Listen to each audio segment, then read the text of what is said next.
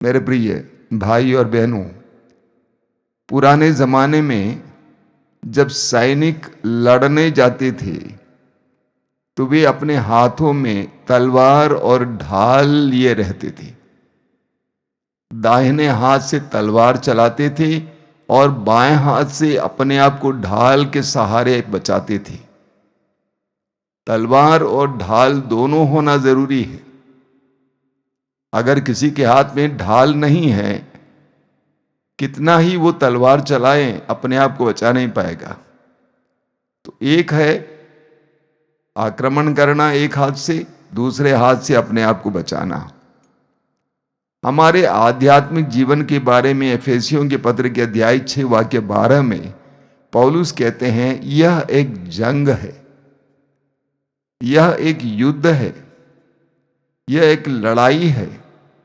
हमें हर समय दुष्ट आत्माओं से लड़ना पड़ता है।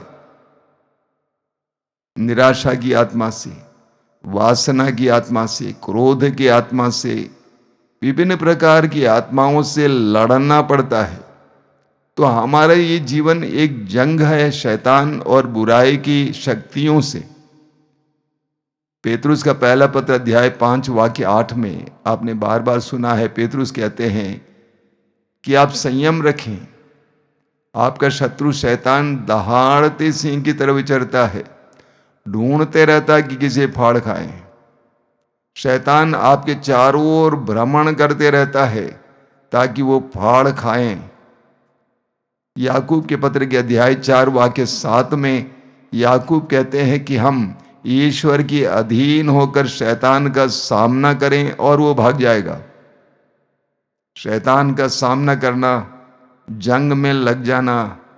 मत्ती के सुसमाचार के अध्याय 18 वाक्य 7 में प्रभु यीशु कहते हैं कि प्रलोभन अनिवार्य है। यानी इस संसार में हर मनुष्य को हर समय दुष्ट आत्माओं से लड़ना पड़ता है।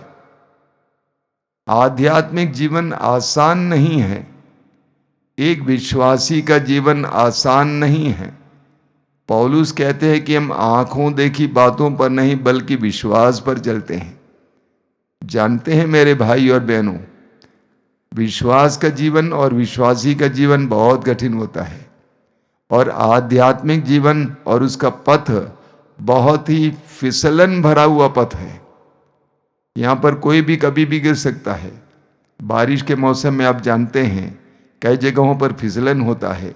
हमारे आश्रम में पथों पर ईंट लगे हुए हैं और अक्सर फिसलने का डर रहता है।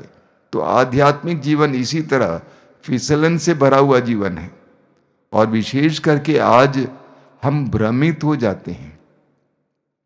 सब कुछ मिश्रित रूप में मिल रहा है, कुछ भी शुद्ध रूप में नहीं मिलता है। बाजार में शुद्ध चीजें मिलती ही नहीं है। कुल मिला के संसार में भी शुद्ध वस्तुएं और शुद्ध लोग मिलते नहीं हैं।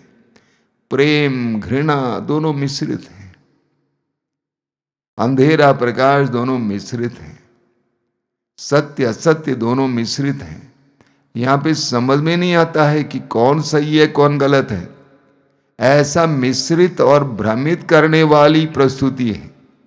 ऐसे में हमें शैतान की चाल को जानना जरूरी है। अंग्रेजी में सैटन यानी शैतान का अर्थ ही शत्रु है। शैतान का अर्थ ही शत्रु है और शत्रु की चाल को जानना जरूरी है। जब किसी भी देश पर आक्रमण करना होता है तो शत्रु की चाल जानना जरूरी है। कहाँ से होकर आएगा, इधर से आएगा उधर से आएगा, ये जानना जरूरी है। सिर्फ प्रार्थना करना काफी नहीं है बल्कि शैतान की चाल को भी जानना जरूरी है। इसलिए आज हम इस प्रवचन में शैतान की चाल पर मनन चिंतन करेंगे। हमें इसका ज्ञान होना जरूरी है क्योंकि मैं देखता हूं कि बहुत सारे भाई बहन प्रार्थना करते हैं, वचन पढ़ते हैं, लेकिन इस बात को नहीं जानते हैं क्या मैं जो कर रहा हूं वो विवेकपूर्ण कार्य है, क्या मुझे पवित्र आत्मा चला रहा है या शैतान मुझे चला रहा है। इसीलिए हम इस पर मनन करेंगे कि शैतान की चाल किस प्रकार है। सबसे पहले शैतान अपने उपस्थिति और अस्तित्व को छिपाता है। क्या मतलब इसका? कई लोग विश्वास नहीं करते हैं कि शैतान है, दुष्ट आत्माएं हैं, अवधूत हैं।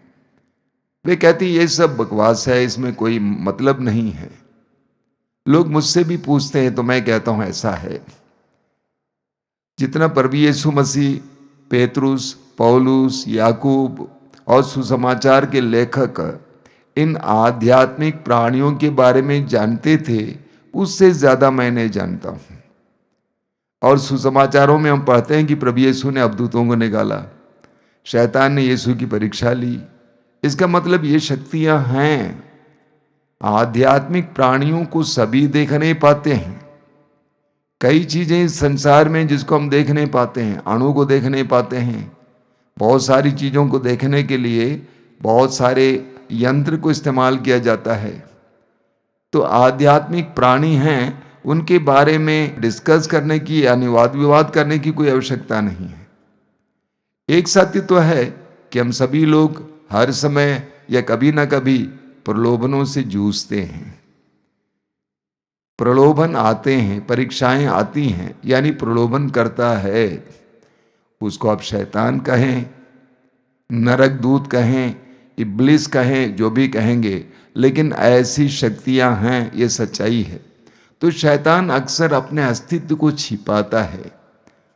चोर खुलेआम नहीं रहता है, चोर छिपके रहता है। ऐसे में क्या होता है, जो लोग शैतान के अस्तित्व पर विश्वास नहीं करते हैं, दुष्ट आत्माओं और नरक दूतों के अस्तित्व पर विश्वास नहीं करते हैं, वे आसानी से शैतान के चंगुल में पड़ जाएंगे।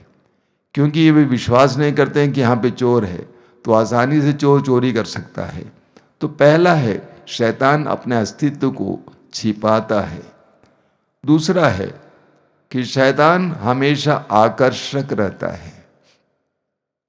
शैतान अपने को आकर्षक रूप में प्रकट करता है। वो कभी भी विकृत रूप में हमारे सामने नहीं आता है, आकर्षक रूप में। हमें तिमोथी के दूसरे पत्र के अध्याय 4 उसके वाक्य 2 में पढ़ने को मिलता है।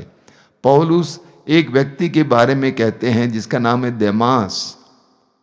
वो पौलुस का सहयोगी था, लेकिन पौलुस कहते हैं वो संसार के आकर्षण में गिर गया, संसार ने उसको आकर्षित किया।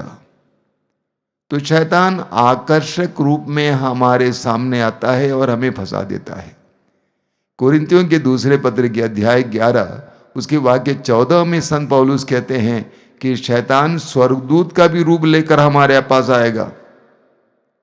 शैतान स्वर्गदूत के रूप में हमारे पास आएगा और ऐसी मीठी मीठी बातें बोलेगा, ऐसी बातें बोलेगा, ऐसा रूप दिखाएगा। कई लोग फंस जाते हैं, बोलते हैं कि बहुत पवित्र आदमी हैं, बहुत कृपा चेहरे पे दिखाई देती है, बहुत अच्छा बोलते थे, बहुत अच्छी प्रार्थना करते थे, लेकिन क्या हो गया। तो शैतान कभी भी अपने सच्चे रूप में नहीं आता है, बल्कि आकर्षक रूप में आता है। प्रकाशना ग्रंथ के अध्याय 19 उसके वाक्य 2 में शैतान को महावेश्या कहा गया है। प्रकाशना अध्याय 19 वाक्य 2 उसको महावेश्या कहा गया है, जिसने बहुत सारे लोगों को आकर्षित किया और गिराया। तो शैतान आकर्षक रूप में हमारे पास आएगा, बोलेगा कि अच्छा है, पैसा लीजिए, फायदा करेगा, प्रभु के काम में लगाएंगे। बहुत सारी बातें शैतान हमारे सामने लाएगा जो बहुत ही आकर्षक होंगी। तीसरी बात है कि शैतान तर्कपूर्ण बातें हमारे सामने रखता है। शैतान कभी भी उटपटांग बातें नहीं रखता है, बिल्कुल तर्कपूर्ण। ऐसा लगेगा कि ये सत्य है, यही सत्य है। सोचिए, उत्पत्ति ग्रंथ के अध्याय 3 में हम पढ़ते हैं, अदन बगान में शैतान सर्प के रूप में आया और हेवा से बोलने लगा। पूछा कि क्या ईश्वर ने तुम्हें कुछ कहा है इस बगान के बारे में? हेवा ने कहा, ईश्वर ने कहा है कि सारे वृक्षों के फल खा सकते हैं, लेकिन बीचों बीच जो पेड़ है उसका फल नहीं खा सकते हैं। शैतान ने कहा कि ये गलत है। सच्चाई यह है कि तुम उसका फल खाओगी तो तुम्हारी आंखें खुल जाएंगी और तुम ईश्वर के सदृश बन जाओगी। कितनी सुंदर बात है। शैतान ने कहा कि इस फल को खाओगी तो तुम्हारी आंखें खुल जाएंगी। ईश्वर ने कहा कि तुम्हारी आंखें बंद हो जाएंगी, मर जाओगे। लेकिन शैतान ने कहा कि तुम्हारी आंखें खुल जाएंगी। हम अक्सर प्रार्थना करते हैं ना कि हे प्रभु मेरी आंखों को खोल दीजिए, मेरी आंतरिक आंखों को खोल दीजिए, मुझे दृष्टि दीजिए, मुझे प्रकाश दीजिए। हेवा को अच्छा लगा और शैतान ने कहा कि तुम ईश्वर के सदृश हो जाओगे। हम लोग प्रार्थना करते हैं, प्रभु से कहते हैं प्रभु मुझे भी अपनी तरह बनाइए।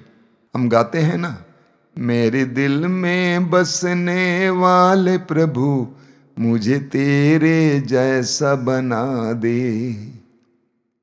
तो शैतान ने वही बात कही जो तर्कपूर्ण थी और हेवा को अच्छी लगी।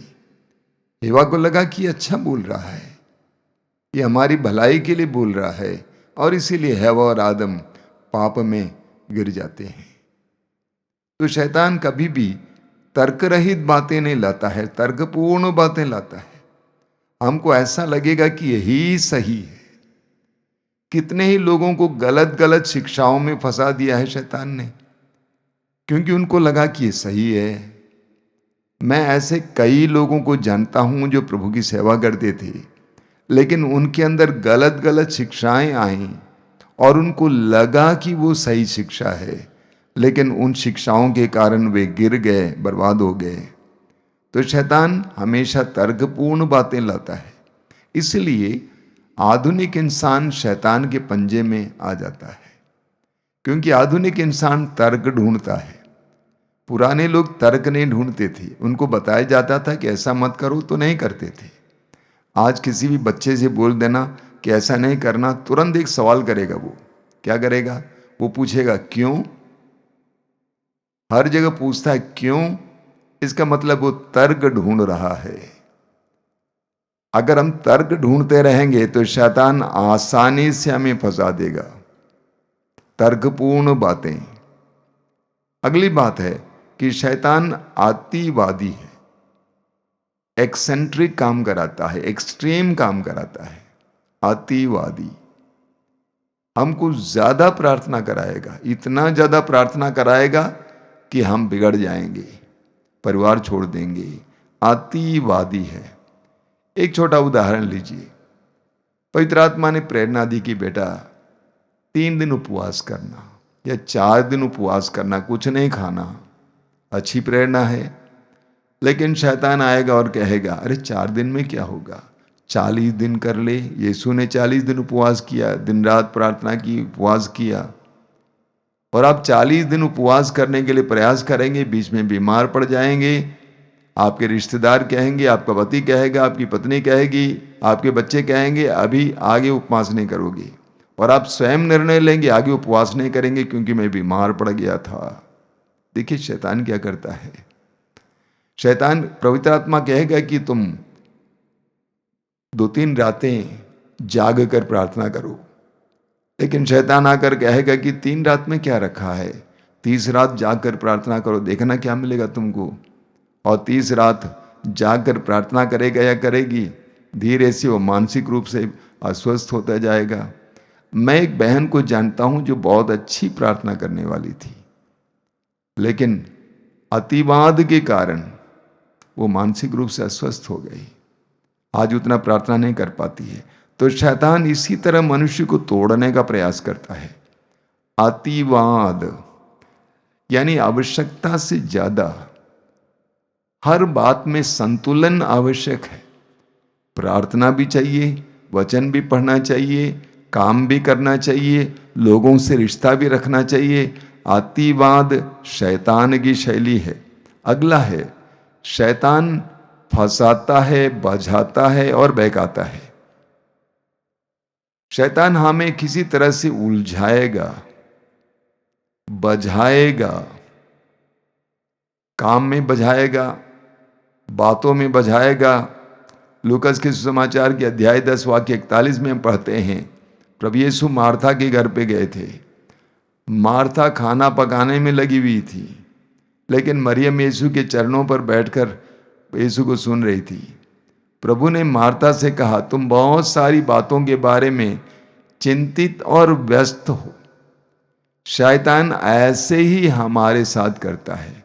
मैं प्रार्थना करना चाहता हूँ लेकिन समय नहीं मिलता है, ये काम खत्म हो जाता है तो मैं सोचता हूँ उसको भी खत्म कर देता हूँ, उसके बाद प्रार्थना करूंगा।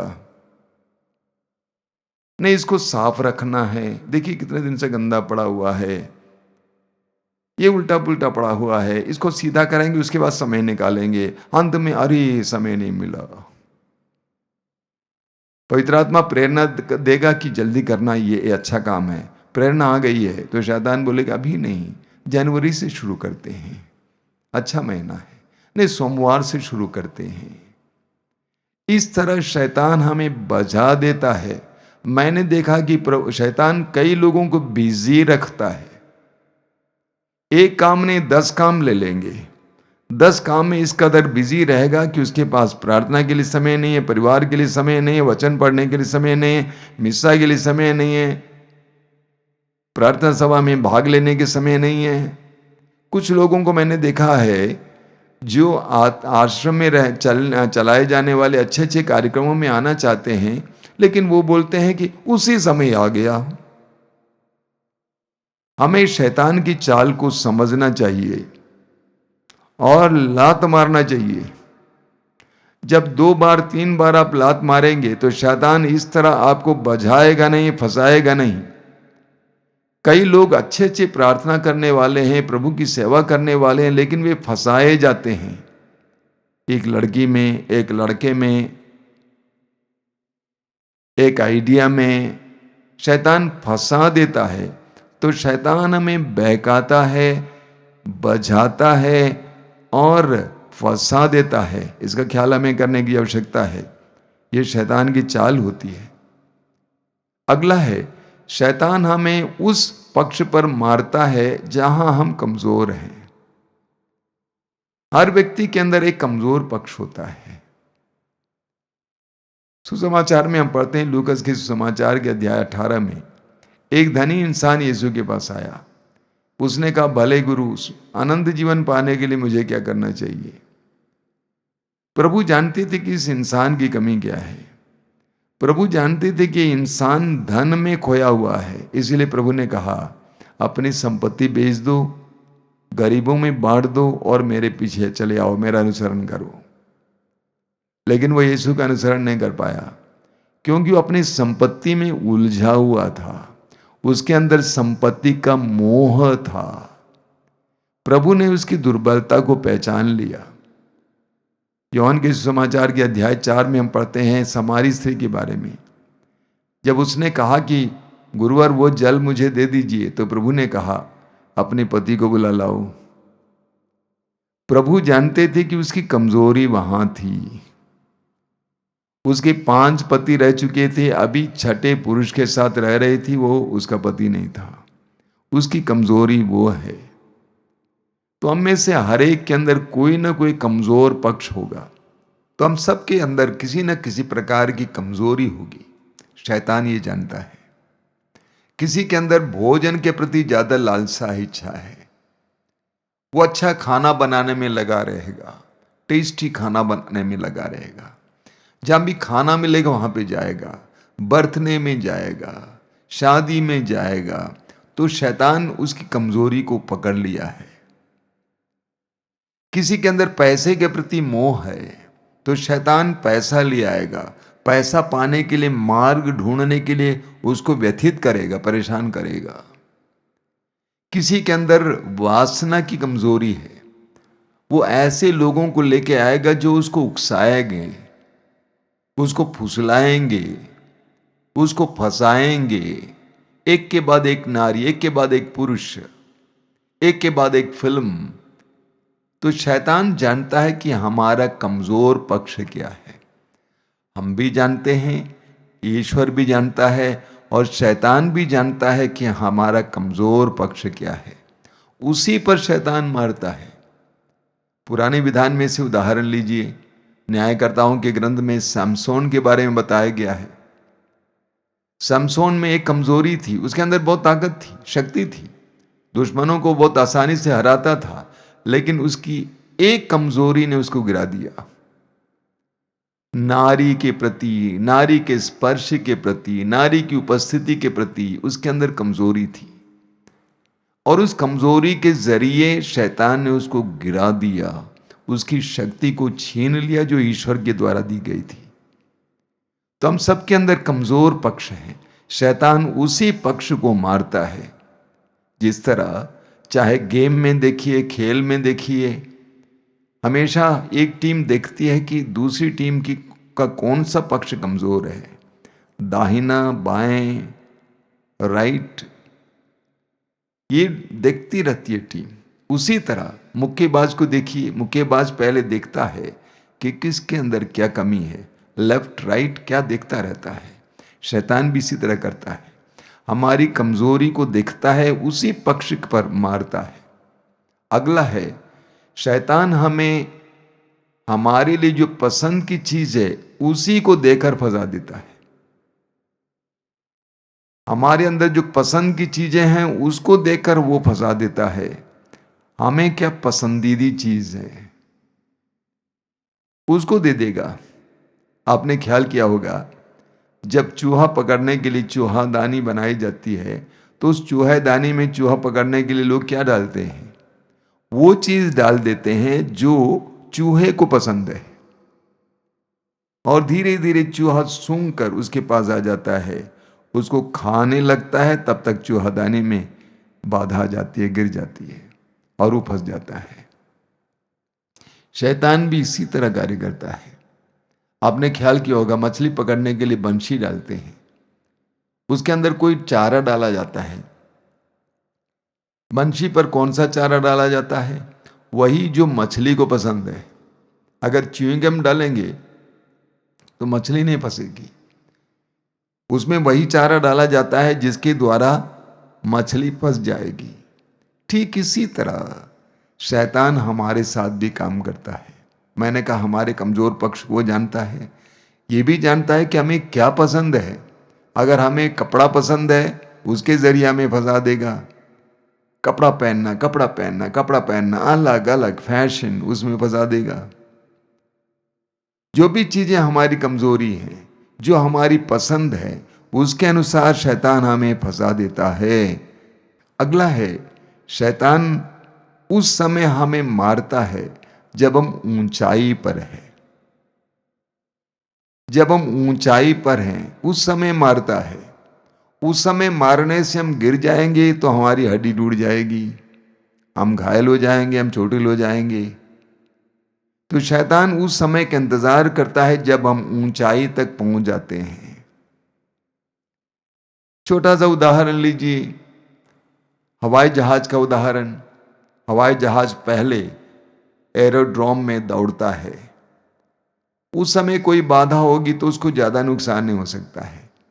लेकिन जब ऊंचाई पे जाता है उस समय हल्की सी चीजें उसको नुकसान पहुंचा सकती हैं। प्रभु यीशु को उदाहरण लीजिए, 40 दिन और 40 रात उपवास और प्रार्थना की। उस समय प्रलोभन था ही प्रभु का, लेकिन 40 दिन और 40 रात के उपवास और प्रार्थना के बाद जब प्रभु पवित्र आत्मा से भरे हुए थे, उस समय शैतान प्रकट रूप से आता है प्रभु की परीक्षा करने के लिए। इस बात का ख्याल करना जरूरी है, जब आप आध्यात्मिक रूप से ऊंचाई पर हैं तो आपके अंदर गिरने की संभावना ज्यादा है। इसीलिए जो आध्यात्मिक रूप से ऊंचाई पर पहुंचे उनको सतर्क रहना बहुत जरूरी है। 4-5 दिन की प्रार्थना या 20 दिन की प्रार्थना के बाद आप आत्मा से परिपूर्ण हैं, उस समय सतर्क रहना। इसीलिए अध्यात्म में सिखाया जाता है कि लंबी ऐसे कार्यक्रमों के बाद, ऐसे एक्सरसाइज के बाद, ऐसे अनुभव के बाद आपको बहुत सतर्क रहना है। आपको जल्दीबाजी में कुछ नहीं करना चाहिए, बहुत सतर्क रहना है, क्योंकि शैतान उस समय हमें मारेगा जब हम अपनी ऊंचाई पर रहते हैं। प्रभु यीशु से क्या कहा? अगला है, जब हम अध्यात्म में आगे बढ़ते हैं, प्रार्थना में आगे बढ़ते हैं, विश्वास में आगे बढ़ते हैं, शैतान हमारे अंदर आध्यात्मिक घमंड उत्पन्न करता है। हम सोचने लगते हैं कि हम सब कुछ जानते हैं। हम सोचने लगते हैं कि हम पवित्र हैं। हम सोचने लगते हैं कि हम संत हैं, हम दूसरों से अच्छे हैं। हमारे अंदर एक प्रकार का घमंड उत्पन्न करता है। तो समाचार में हम पढ़ते हैं 40 दिन और 40 रात के उपवास और प्रार्थना के बाद जब प्रभु यीशु पवित्र आत्मा से भर गए, शैतान यीशु को मंदिर की ऊंचाई तक ले गया। उसने कहा कि कूदिए, क्योंकि लिखा हुआ है कि आपके दूत आपको बचा लेंगे। यानी शैतान कह रहा था कि अपने सामर्थ्य को प्रकट कीजिए, दिखाइए कि आप बड़े हैं, दिखाइए कि आप प्रभावशाली हैं, दिखाइए कि आप सुरक्षित हैं, आप आध्यात्मिक रूप से परिपक्व हैं। तो शैतान हमारे अंदर आध्यात्मिक घमंड उत्पन्न करता है। मैंने देखा है बहुत सारे आध्यात्मिक रूप से ऊंचे कद वाले हैं, बहुत ज्यादा अहंकार से भरे हुए हैं। ये बहुत खतरनाक है। अहंकार पूर्ण बातें निकलती हैं, नजरों में अहंकार है, व्यवहारों में अहंकार है। ये हमारे लिए पतन का कारण बन जाता है। मेरे प्रिय भाई और बहनों, शैतान की चाल के बारे में मैं आपको बता रहा था। हमें प्रभु यीशु से सीखना चाहिए। प्रभु ने कहा प्रलोभन अनिवार्य है। हमारे जीवन में प्रलोभन आते रहेंगे, शैतान हमें गिराने का प्रयास करता रहेगा। ये अनिवार्य है। अनिवार्य इसलिए है क्योंकि हमें पवित्र बनना है, तो उसको पार करके आगे बढ़ना है। अनिवार्य इसलिए क्योंकि प्रलोभन करता सतत प्रयत्नशील है, हमेशा काम करते रहता है। तो हमें यीशु से सीखने की आवश्यकता है। यीशु के जीवन में शैतान प्रकट रूप से 3 प्रलोभन ले आया। ये 3 प्रलोभन आधुनिक मनुष्य के लिए भी महत्वपूर्ण है। पहला प्रलोभन क्या था? शैतान ने कहा तुम भूखे हो, तुम्हारा शरीर बहुत कमजोर हो गया है, तुम इस पहाड़ी पर से उतर के वहां तक नहीं पहुंच पाओगे, तुम गलीलिया नहीं पहुंच पाओगे। एक काम कर, इन पत्थरों को रोटी बना दो और खा लो। इन पत्थरों को रोटी बना दो और खा लो। शैतान ने प्रभु यीशु को क्या बताया? अपनी शक्ति को अपने लिए इस्तेमाल करो। ईश्वर के द्वारा दिए गए इस शक्ति को अपने लिए इस्तेमाल करो। सुसमाचारों में हम पढ़ते हैं कि प्रभु यीशु ने बहुत सारे चमत्कार दिखाए, लेकिन एक भी चमत्कार अपने लिए, अपने हित के लिए नहीं किया, प्रकट किया। हमें सीखना है। प्रभु ईश्वर से हमें बहुत सारी शक्तियां मिलती हैं, लेकिन वो अपने लिए नहीं इस्तेमाल करना है। वो किसी भी रूप में हमें मिलता हो, अपने लिए नहीं। प्रभु यीशु ने ऐसा नहीं किया। दूसरा अर्थ क्या है? शैतान ने कहा कि तुम मर जाओगे, रोटी खाओ, इन पत्थरों को रोटी बना दो। तो प्रभु ने क्या कहा? मनुष्य केवल रोटी से ही नहीं जीता है। आधुनिक इंसान की दुर्बलता यह है, सबसे बड़ी दुर्बलता, वो रोटी के ही सहारे जीना चाहता है। वो रोटी के इर्द गिर्द जीता है। खाना पीना, देखिए आजकल कैसा कैसा भोजन खाया जाता है। भोजन पर कितना पैसा खर्च किया जाता है, जानते हैं? लाखों करोड़ों रुपए भोजन के नाम पर बर्बाद किया जाता है। एक एक समारोह के बाद कितना भोजन फेंक दिया जाता है। लाखों करोड़ों रुपए भोजन के इर्द गिर्द जीवन, यानी शरीर के इर्द गिर्द जीवन। भोजन, स्वाद, मजा, सुविधाएं, मनोरंजन, आडंबर, प्रभु ने उसका तिरस्कार किया। दूसरी परीक्षा क्या थी? दूसरा प्रलोभन क्या था? प्रभु को मंदिर की ऊंचाई तक ले गया। उसने कहा कि कूदो। अभी अभी मैंने आपको बताया, अपना सामर्थ्य दिखाओ, तुम बताओ तुम मसीहा हो, अपना ऐश दिखाओ, अपनी शक्ति दिखाओ। दिखाओ, दिखावे का जीवन जीने के लिए। प्रभु ने ऐसा नहीं किया। ईश्वर के द्वारा दी गई शक्तियों को प्रभु ने अपने आप को दिखाने के लिए नहीं किया। प्रभु करुणा से भरकर, प्रेम से भरकर, ईश्वरीय सामर्थ्य से भरकर ये सारे चमत्कार किए। तीसरा, प्रभु को बताया गया कि मेरी आराधना करो और मैं सारा वैभव तुम्हें दे दूंगा। आधुनिक इंसान के लिए सबसे कठिन प्रलोभन यह है। पैसा दे दूंगा, संपत्ति दे दूंगा, पद दे दूंगा, अधिकार दे दूंगा, बस झुको, मार्ग बदलो, ईश्वर का मार्ग बदलो, सत्य का मार्ग बदलो, न्याय का मार्ग बदलो, प्रेम का मार्ग बदलो, थोड़ा सा अपने को टेढ़ा करो, मेरी आराधना करो, ईश्वर को छोड़ो, सुसमाचार को छोड़ो, मूल्यों को छोड़ो, मैं तुमको सब कुछ दे दूंगा। आधुनिक इंसान मुझे लगता है शिकार हो जाता है। बहुत कम लोग ऐसे हैं जो ऐसे प्रलोभन के सामने शैतान को लात मारते हैं। अब प्रभु यीशु की प्रतिक्रिया क्या थी? प्रभु यीशु ने शैतान का कैसे सामना किया? सबसे पहले प्रभु ने वचन का इस्तेमाल किया। प्रभु ईश्वर के वचन पर निर्भर रहे, उस पर विश्वास रखे, उन मूल्यों को अपनाए। प्रभु ने कहा सबसे पहले, लिखा है मनुष्य केवल रोटी से नहीं जीता है। दूसरा, प्रभु ने कहा लिखा है ईश्वर की परीक्षा मत लो। तीसरा, प्रभु ने कहा लिखा है अपने प्रभु ईश्वर के साथ के अलावा किसी और की आराधना नहीं करना। प्रभु ने सबसे पहले वचन का इस्तेमाल किया, वचन पर भरोसा रखा, वचन के अनुसार जीने को ठान लिया। दूसरा है, प्रभु ने शैतान से कहा हट जाओ शैतान। कुछ भी वायदा आपके पास आ जाए, पैसा मिलेगा, जगह मिलेगी, जमीन मिलेगी, ये हो जाएगा, वो हो जाएगा, सब कुछ सुंदर सुंदर आकर्षक चीजें आपको दिखाई जाएंगी। प्रभु यीशु की तरह हमें भी करना चाहिए शैतान से, हट जाओ शैतान, हमें नहीं चाहिए। जो यीशु के साथ जीना चाहता है, जो यीशु के सहारे जीना चाहता है, इसी तरह करेगा। यूहन्ना के सुसमाचार के अध्याय 14 वाक्य 30, यूहन्ना अध्याय 14 वाक्य 30 में प्रभु यीशु कहते हैं, शैतान को प्रभु यीशु संसार का नायक कहते हैं। और प्रभु ये भी कहते हैं कि वो मेरी हानि नहीं पहुंचा सकता, मुझे हानि नहीं पहुंचा सकता है, मुझे कुछ नहीं कर सकता है। प्रभु यीशु ने शैतान पर अधिकार लिया, शैतान को हराया। हमें क्या करना चाहिए? मार्कुस के सुसमाचार के अध्याय 14 वाक्य 38 में प्रभु ने कहा जागते रहो और प्रार्थना करते रहो। मैंने आपको कई बार कहा है, यहाँ पर हिंदी में जागते रहो, अंग्रेजी में है वॉच एंड प्रे, यानी सतर्क रहो और प्रार्थना करते रहो।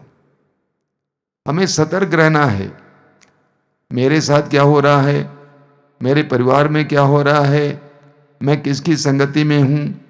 पहला कुरिन्थियों अध्याय 15 वाक्य 33 में लिखा हुआ है कि गलत संगति से सबसे अच्छे इंसान भी भ्रष्ट हो सकता है। पहला कुरिन्थियों अध्याय 15 वाक्य 33। इसीलिए हमें सतर्क रहने की आवश्यकता है और प्रार्थना करते रहने की आवश्यकता है। एफेसियों की पत्र के अध्याय 6 वाक्य 10 में पौलुस कहते हैं, हम ऐसी परिस्थिति में जब हम जंग लड़ रहे हैं, युद्ध लड़ रहे हैं, लड़ाई लड़ रहे हैं, ईश्वर पर भरोसा रखें। एफेसी अध्याय 5 वाक्य 10 पौलुस कहते हैं, ईश्वर से और पवित्र आत्मा से सामर्थ्य पाएं। प्रभु यीशु ने इसी बात को अपने शिष्यों को समझाया। लूकास अध्याय 24 वाक्य 49 में प्रभु ने कहा ऊपर की शक्ति से संपन्न हो जाओ। मेरे प्रिय भाई और बहनों, प्रलोभन हम सबके लिए प्रतिदिन का अनुभव है। शैतान को हम प्रकट रूप से देखते नहीं होंगे, दृश्यमान रूप से देखते नहीं होंगे, लेकिन शैतान का प्रभाव हमारे जीवन में होता है, सच्चाई है। हम इस सत्य को जानें और शैतान की चाल को जानें और उसका तिरस्कार करें। आइए हम प्रार्थना करें। प्रभु यीशु, धन्यवाद देते हैं इन पलों के लिए, तेरी आशीषों के लिए धन्यवाद देते हैं। हम तुझसे प्रार्थना करते हैं, जिस तरह तूने प्रलोभनकर्ता के साथ किया, शैतान का सामना किया, उसी तरह हमें भी शैतान का सामना करने का सामर्थ्य दीजिए। हमें भी पवित्र वचन पर भरोसा रखने की कृपा दीजिए। प्रभु की प्रज्ञा पर भरोसा रखने की कृपा दीजिए। हमें भी शैतान का परित्याग करने की कृपा दीजिए। धन्यवाद यीशु, तेरी स्तुति, तेरी आराधना, तेरी महिमा।